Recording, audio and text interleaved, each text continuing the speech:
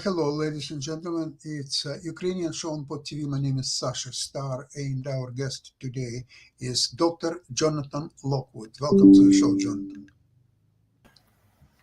Thank you, Sasha. Glad to be here as always.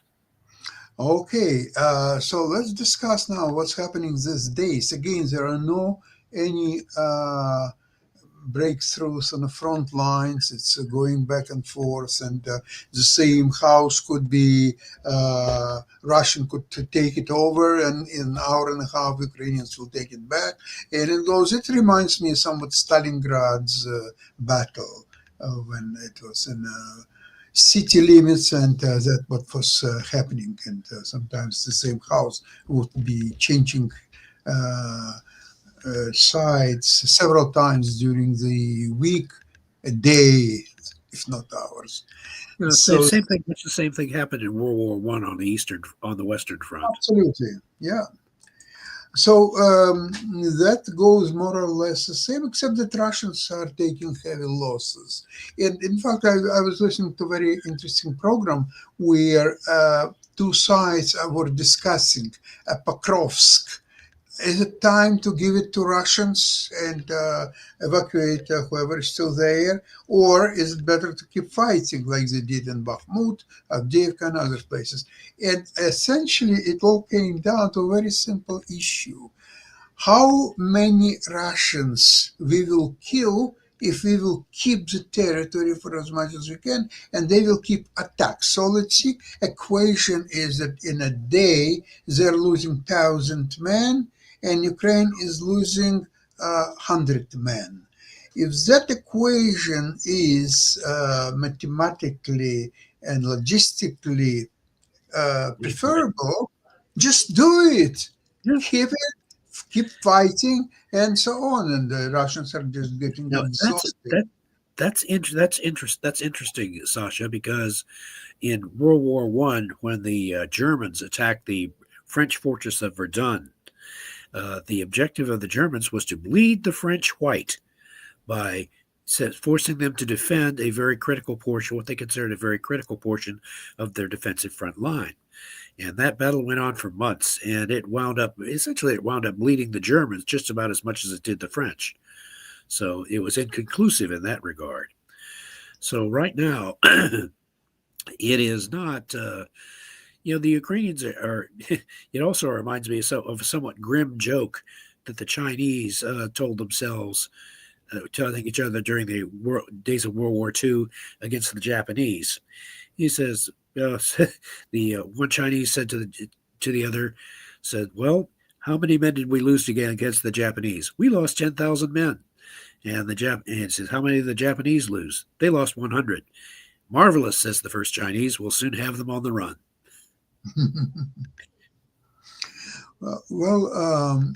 In this particular situation, although Russian mobilized 170,000 troops against this little place, Pokrovsk, which actually doesn't exist anymore. It's been all rubbles there. Yeah.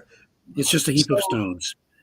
Exactly. So they still keep fighting over it. And it seems to me that somehow both sides are happy. Russians are slowly proceeding forward, although at great cost, and Ukrainian exhausting Russian army and make it bleed for 1,000 more people a day. And it seems to me that both sides are happy with what's happening there. What do you think, John? Well, both sides. If both sides are happy, one side has got to be very, very wrong in its calculation. And I would bet at this point, overall, that the Russians are very wrong in their overall estimate of the situation. But you see, I think the reason why Russians keep fighting, um, it's not even a territory so much as it's their attempt to make this dispute into something much bigger than what it is now. Okay, so there is a war between Ukraine and Russia. Russia is fighting basically, if you can simplify it as much as possible, it's basically for territories. They trying to amass as much territory for their future territorial gains, either through a peace agreement, whatever it might be, or through continuation of war. And finally, one day, all wars are end with a peace agreement. So the more land mass Russia will amass, the more lucrative peace agreement will be at the end of the day. There is another reasoning, though, is that Russia will be in such a horrible state of economics and military, just human capital, that this extra 100 kilometers one way or another will not Yep. change overall picture. They No, will be in a huge trouble, and the peace agreement will be signed. They will be in a huge trouble. So here is the main reason, in my opinion, why peace agreement will not be signed anytime soon. Russia wants to escalate this agreement, especially which is looming with Donald Trump and Putin and whoever else will join this agreement, as the agreement overall, a strategic agreement covering all relationship between NATO and the Russians and Europe and Asia and probably Venus and Mars and I don't know what else. This is what Putin wants. So this is, unfortunately, Trump helps him somewhat by, for example, sending this armada to Venezuela. Wonderful, let's send it, we'll show our power. Well, immediately Russians are sending C-300, which can fire all the way, any point in the Caribbean, they can shoot. And they're sending all other armaments, regardless how much these weapons are outdated. And maybe half of them are not even working. But they are still being sent. They are there, so you have to they're calculate. engaged. Yeah, they're engaging in a symbolic projection of power more than real. Yeah, well, but this is see, this is leads to certain restraint of what Donald Trump can do in Venezuela because he doesn't want to go all in and see what's happened. He doesn't want to do that. To retract and send their mother back to U.S. is not an option for obvious reasons. So it's there. It's posturing. So we have a great strength of our military force. In the meantime, Russia and China and Iran and probably North Korea, they keep sending their weapons and probably their troops already. Nobody can really calculate what's happening. There are some Russian vessels going back and forth. There are submarines, which nobody knows where they are and what they are and so on. So this is becoming another a kind of a puzzle overall Ukrainian-Russia conflict. So this is becoming uh, it's very difficult to explain to somebody who never learned all what's happening in the Russia-Ukrainian conflict. But we can see a clear picture how Putin keeps it escalating, keeps it more and more involved. It's taking its toll on America, to tell you bluntly, because we are looking now at possible conflicts all around the globe. We are talking about Russia, Ukraine, Middle East, possibly Taiwan, Venezuela here, and so on. I don't know. I think US could handle the situation maybe 40, 50 years ago, maybe even 30. I'm not so sure if US can handle all the conflicts together around the Yeah. world. Yeah, I don't know what the overall strategic doctrine, if any, is governing this series of actions. Because remember, back during the Cold War, during the early part of the Cold War, McNamara had stated that the U.S. should have what he called a 2.5 war capability Yeah, to be able to engage the Soviet Union, the People's Republic of China, and a third lesser conflict somewhere, the half war. And then later, during the Nixon administration, Secretary of Defense Laird declared that the U.S. now had a 1.5 war capability. Who dropped out? People's Republic of China, because yeah, Nixon was making overtures to China, not because now the Soviets claimed that it was the growth of Soviet strategic nuclear power that was forcing the United States to reduce from a 2.5 war capability to a 1.5 war capability. That, of course, was false. They did not want to admit that Nixon was exploiting the Sino-Soviet rift between the two countries, and it was in fact reducing its declared uh, strategic posture to 1.5 wars for that reason. Now it is a capability where you would it's not a full what they're declaring is not really a I would not call it a 1.5 war capability necessity. What they seem to be is arguing for several half wars. If you have 1.5 wars, it's not one full war; it's several smaller actions at once, projecting their power that way. And ideally, what I've been advocating is that the United States should adopt what I call the position of the geopolitical balancer, use of military power only to maintain the balance of power and prevent uh, unrestrained aggression against what the U.S. perceives as its strategic interests. So right now, that's what it appears to be developing but it seems to be on an ad hoc basis. It doesn't seem to be part of a well thought out or carefully thought out strategic doctrine. And I would submit that the United States needs to formulate in the coming months and years a more coherent strategic doctrine which governs not only what they're going to be spending their military power on, what kinds of military power they're going to be developing, or for that matter, they need to develop, you know, under what circumstances will they use military power? Right now, it seems to be, as I have called it something once before, ad hocery is at work. Jonathan, you just mentioned McNamara a few minutes ago. So today, equivalent of McNamara is Haxit, right? Well, if you want to, if Hegseth is Secretary Hegseth is in the driver's seat right now, but you remember Secretary Mac now Secretary Hegseth came from Fox Network, and the but Secretary McNamara came from the Ford Motor Company. He been a vice president of the Ford Motor Company. Do you know what his most famous accomplishment was at the Ford Motor Company? The Edsel. The Edsel. That is what considered to be one of the greatest flops in in automotive development history. The Edsel. It was a disaster in terms of sales and in terms of public relations.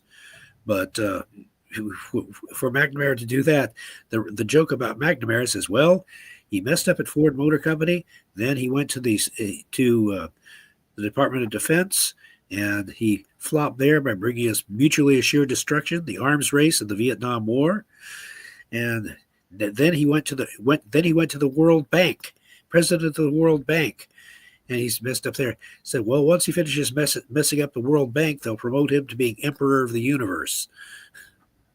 Okay. He kept filling upwards. Well, nevertheless, McNamara had formulated the U.S. policy. Yeah, he And did. I'm just wondering that if we believe that Haxet is in similar position, except that it's not only the Department of Defense and Department of War. Other than that, it's basically the same thing. One can argue. So, How would you compare Haxet? Does he have any policy? Has he formulated anything? What is he all about? So far, it has not been fully visible yet as to what sort of strategic doctrine he has developed. He has, of course, stated that he has made some general statements about how the U.S. Army should be fit. How the Art Department of Defense, we should have fit soldiers, not fat soldiers. And Hmm. he has also tried to boost morale. He has also tried to. He has a lot of what he does looks like cheerleading to me. Rather than statements of real strategy. And of course, he's willing to use. And he certainly has been willing to fire people. Yeah, so he's done a lot. He's done a lot of that, and quite probably some people there at the Department of War have left out of disagreement with with his approach. So, but as far as genuine strategy, I am still waiting to see a clear formulation of a declaration of strategic doctrine in the way that McNamara did. So I don't see that yet. Yeah, yeah, I don't see it either. And the world is becoming much more worrisome these days now. A lot of talks about this nuclear tests coming from different countries, including US, Russia, and etc. And there is one point of view that these nuclear tests are actually very good for the world in keeping peace. Why? Because each side shows a series of their intentions. They show that their nuclear forces are for real and they are actually working, and not sometimes, but most of the times, if not all times. So that's a great deterrent for another side to start anything funny, because there will be retaliation, a very serious one. There- Um, they- yeah, yeah. now, what? I agree with that particular point. And matter of fact, immediately after World War II, during when the Soviets were sort of threatening Berlin, and what the U.S. did in response, the Soviets did not know that we were not building more numbers of nuclear weapons. As a matter of fact, we didn't have any ready. During what the U.S. did instead was they took the B-29s and they made a very visible show of flying those B-29s, which carried the atomic bombs against Japan. They made a very big show of basing them in England, and but as one commentator put it, he says, what we were doing then, we were sort of shadow boxing with the rest of the world. The rest of the world thought we had all these nuclear weapons, and we didn't. We didn't have them at the time. It wasn't until the outbreak of the Korean War that we began building up our nuclear arsenal and our nuclear weapons in a serious way. Yes, exactly. I agree with you, Jonathan. So in this situation, in my opinion, the tests, nuclear tests, is not part of escalation of anything. It's a No, part of keep your enemies honest. Here's what we've got. Do you have anything similar? Oh, you do have. Okay, good for us. So now we are friends. Okay, because we can kill you many times over, and you can kill us a few times over. Okay, so let's be friends. Because right now nobody knows about its enemy, what it has, what it hasn't, what works, what doesn't work, and so on. So it's becoming kind of a very dangerous place, because one can be tempted. Well, the US hasn't been doing tests for the last 32, 33 years, that's 92. because Okay, they've been relying on what we call computer modeling tests. yeah, Tests which are less visible to verify that our nuclear weapons do in fact work. They are not visible tests, although the Trump administration could elect to selectively test one of their weapons in as non-destructive a manner as possible, or perhaps an underground test. But other than that, they don't really have a. They're relying on Trump. President Trump is relying on his reputation for unpredictability and ambiguity, or to strengthen deterrence at this point, and relying very much on that rather than a declared doctrine.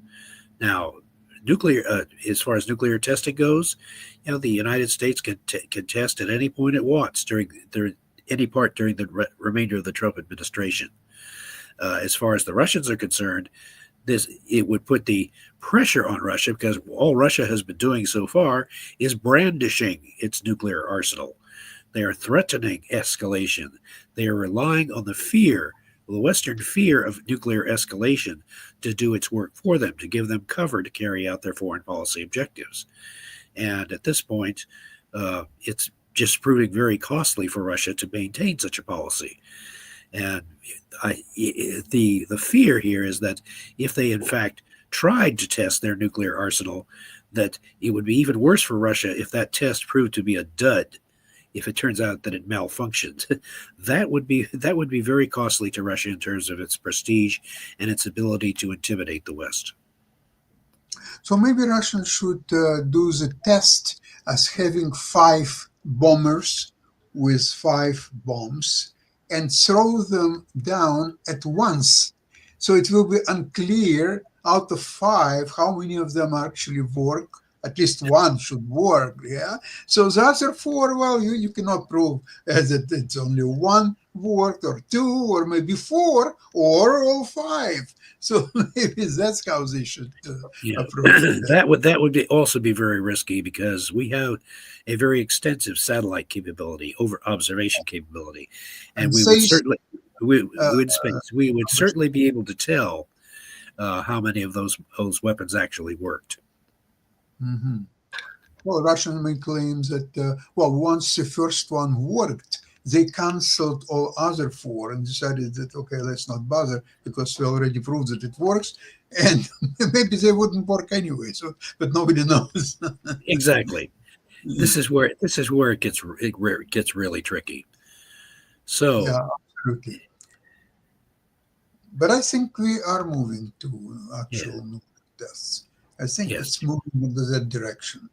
There is that, and as far as the war itself in Ukraine is concerned, it is becoming increasingly likely the more we move into the winter months, the more likely is the possibility that Ukraine is actually they will still continue their attacks on Crimean air defenses, and in preparation for what I predict will be a counteroffensive against Crimea, to isolate the Crimea and reclaim it under Ukrainian control. Probably this would more likely to be in early spring of next year, possibly March. Yeah, most likely. And the Russian capability is not going to get any stronger. It's not going to get any stronger at this point. They are well past the culminating point, what Clausewitz referred to as the culminating point of their offensive. They're losing steam. They're losing their ability to prosecute effective offensive actions against the Ukrainian defense. Well, we'll see also what will happen with Tomahawks, because I don't believe that it's a game changer. I think it just shows, if it will happen, it just shows a unity between United States and Ukraine. It shows Russians, if Tomahawk could be delivered, there are almost anything be delivered to Ukrainians, and in great quantities. So the Russians' attempts to continue the war could be very painful for Russians, because they keep losing approximately 1,000 to 1,500 men a day, every single day, through the Smith attacks and other horrible actions. They keep killing Ukrainian civilians, absolutely innocent people crossing the street. So the drone attack kills both of them. So this is incredible cruelty. And I'm wondering that one day somebody will hold responsible for all that. It's quite possible. It may take the internal collapse of Russia to make that possible. Yeah. Now, Europeans are thinking more and more about confiscating this Russian state funds that are stuck mostly in Brussels. Well, Brussels is talking about they don't want to take whole responsibility for that, and want to somehow arrange a deal. So it was decision of European Union and so on, and also Belgium will not be solely responsible for doing that. I think the solution will be found, and we're talking about $250 million, somewhere in that amount. So if that would be very helpful for defense of Ukraine, for rebuilding Ukraine once it's all going to be over. There are no any negotiations, to whatever I can tell, about between Russians and Donald Trump. Although there, from time to time, there are Russia sent somebody else to talk about peace, and mostly, whom are sending now? They're sending former business partners, Russian business partners of Donald Trump. Somebody by the name Ribolovlev, who is famous for purchasing Trump's property in Florida for close to $100 million, and so on. So they're sending old friends, maybe with nice presents and so on. But I don't know how far it will go. I'm not sure at all. Yeah. But it's an old strategy to. Oh yes. Right now, People, there's a lot of diplomatic as well as military shadow boxing going on.